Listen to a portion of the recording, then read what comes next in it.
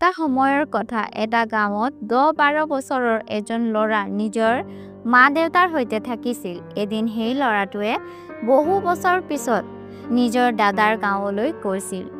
তেওঁৰ ককায়েকৰ গাঁৱত গৈ ল'ৰাটোৱে সদায় ককায়েকৰ সৈতে খেলিছিল। খেলি থাকোঁতে এদিন ল'ৰাটোৱে ককায়েকক ক'লে, ককাই, মই যেতিয়া ডাঙৰ হ'ম তেতিয়া বহুত সফল হ'ব বিচাৰোঁ। আপুনি মোক কিবা উপায় পাৰিবনে সফল হোৱা?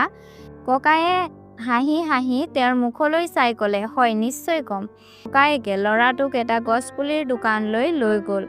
দোকানৰ পৰা 2টা সৰু চাৰি আৰু গছ কিনি আনিলে। ঘৰত আহি দাদাই এটা গছ ডাঙৰ গামলাত পুতি ঘৰৰ ভিতৰতে ৰাখিলে, আন এটা গছ ঘৰৰ বাহিৰৰ মাটিত পুতি দিলে। তেতিয়া ককায়েকে ল'ৰাজনক সুধিলে, তোমাৰ মতে কোনটো গছ আগলৈ গৈ ভালকৈ ডাঙৰ হ'ব? ল'ৰাই অলপ চিন্তা কৰি কৈছিলে, ককাই, যিটো গছ ঘৰৰ ভিতৰত লগাইছে সেইটো ডাঙৰ হ'ব, কিয়নো সেইটো সকলো বিপদৰ পৰা সুৰক্ষিত থাকিব। কিন্তু যিটো বাহিৰত লগাইছে সেইটোত বহু ধৰণৰ বিপদ আহিব পাৰে। সূৰ্যৰ তীব্ৰ কিৰণ, বজ্ৰপাত, ধুমুহা, বৰষুণ আৰু প্ৰাণী জীৱৰ পৰা ভয় আছে। ককায়েকে হাঁহি হাঁহি ক'লে, ভৱিষ্যতে দেখি ল'ম এই 2টা গছৰ কি হয়। 4 বছৰৰ পিছত ল'ৰাটোৱে আকৌ ককায়েকৰ ঘৰলৈ গ'ল। ককায়েকক দেখি ক'লে, ককায়েক, যেতিয়া মই আগতে আহিছিলোঁ তেতিয়া মই আপোনাক সুধিছিলোঁ সফল হ'ব কেনেকৈ, কিন্তু আপুনি মোক কিবা কোৱা নাছিল। এতিয়া আপুনি মোক ক'বই লাগিব। ককায়েকে হাঁহি হাঁহি ক'লে, অৱশ্যে ক'ম, কিন্তু প্ৰথমে আহা 2টা গছ চাওঁ। তেওঁলোকে প্ৰথমে ঘৰৰ ভিতৰত থকা গছটো চাবলৈ গ'ল। চাই সেই গছটো অলপ ডাঙৰ গছ হৈ গৈছে। তাৰপিছত বাহিৰৰ গছটো চাবলৈ গ'ল।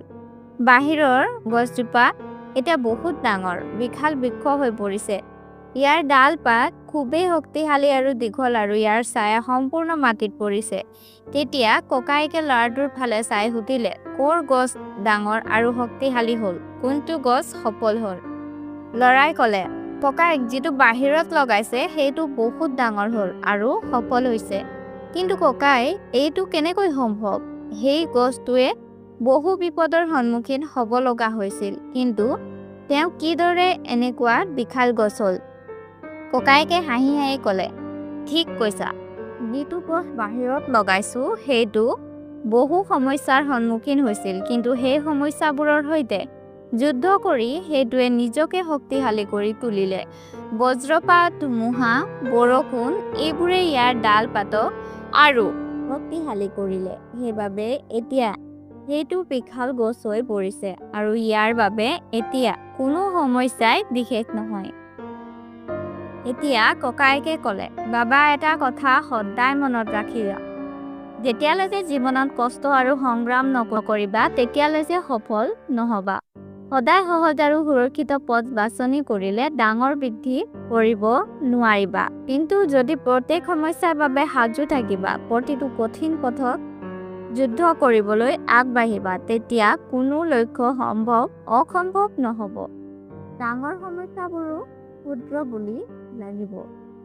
এই কথা শুনি ল'ৰাটোৱে গভীৰ শ্বাস ল'লে আৰু সেই বিশাল গছটোৰ ফালে চাই থাকিল। দাদাৰ কথাবোৰ তেওঁৰ মগজুৰ ঘূৰি থাকিল। বন্ধু-বান্ধৱীৰ সমস্যাবোৰক আৰু জীৱনৰ শত্ৰু বুলি ভাবা, কিন্তু সঠিক কথাত এইবোৰেই আমাৰ শক্তি, এইবোৰেই আমাৰ সফলতাৰ পথ। কথা আছেনে, যদি জীৱনত সমস্যাই নাহে তেন্তে বুজিব যে তুমি ভুল পথত আছা।